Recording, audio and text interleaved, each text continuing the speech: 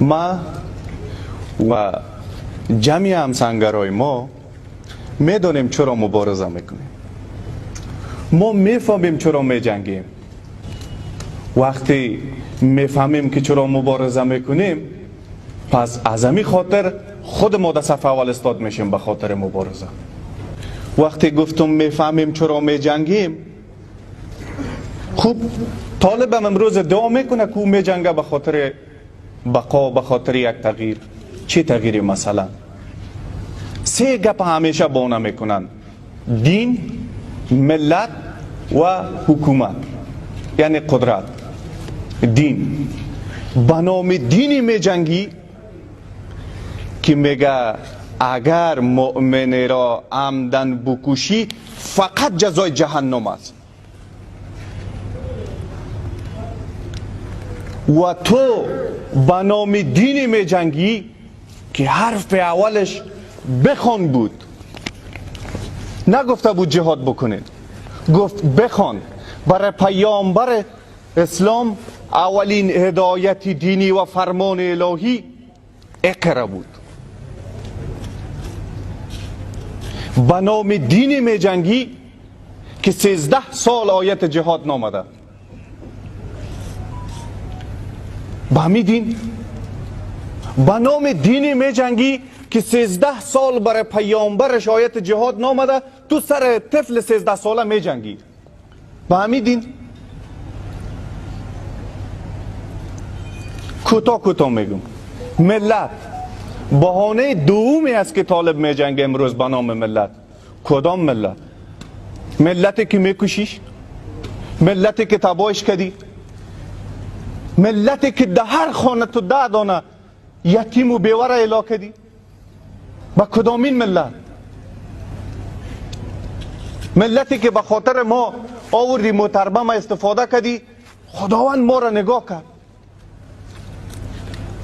اما تو زدی حداقل 100 دانه دکانه، 100 روزی آورنده را نانش قطع کردی. ما خود لباس خود پوشیدیم، ما خود آماده هستم، رفتیم در خط مقدم هم که استاد میشم و میگم ما مردانه جنگ میکنم، ما مردانه جنگ میکنم. تو چی میکنی؟ ملت، همین ملتی که کلش آواره کردی، ملتی که نانش گرفتی، ملتی که نانآورش کشتی، همین ملت. سومش حکومت. این آخرین قدرت، گرفتن قدرت و حکومت کردن. در کجا حکومت میکنی؟ مگر تعمیرای دولتی که بیت المال است تو گرفتی به خاطر حکومت کردن نگاهش کردی؟ تو خود درش دادی. قیده کجا حکومت میکنی؟ حکومت چوپانی میکنی؟ تو خود سرکا که مسیر رفت و آمد مردم است به نام کافر شدن قلبش میکنی. قیده چی تو حکومت میکنی؟ من خودم میفهمم در چی حکومت میکنن. پلهایی که مردم میره، عموم ملت را که تو میگی ما به خاطر تو میجنگم، راهش قطع کردی، مسیرش قطع کردی.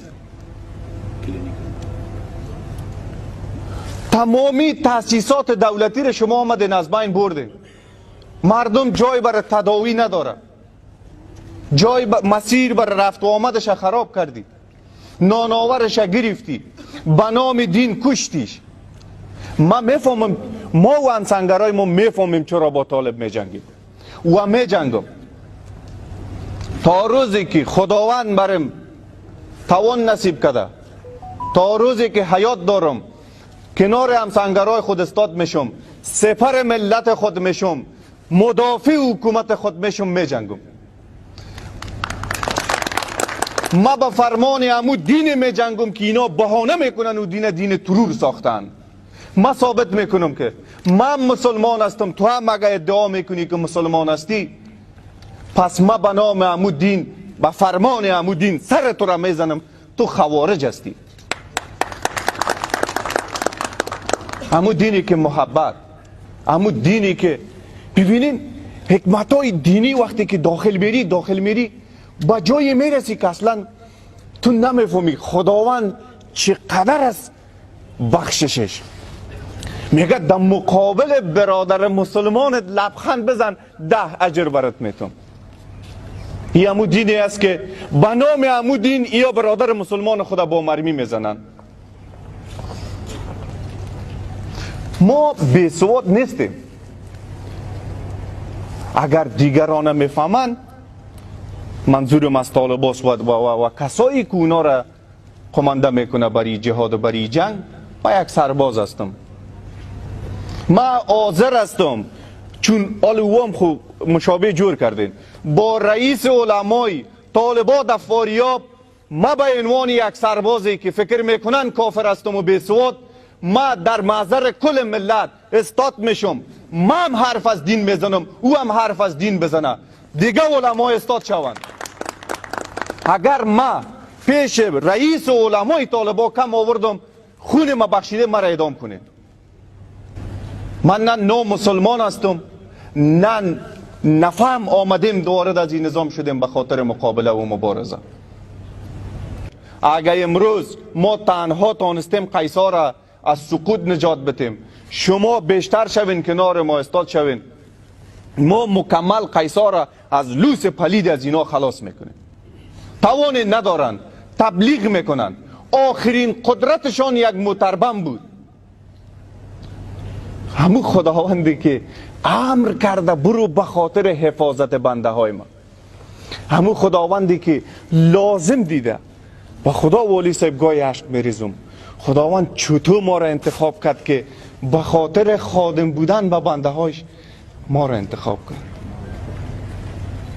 خدا چی دیده بود در وجود ما که به خاطر دفاع از دینش ما را لازم دیدی لباس ابو پوشیم بیاییم استاد شویم.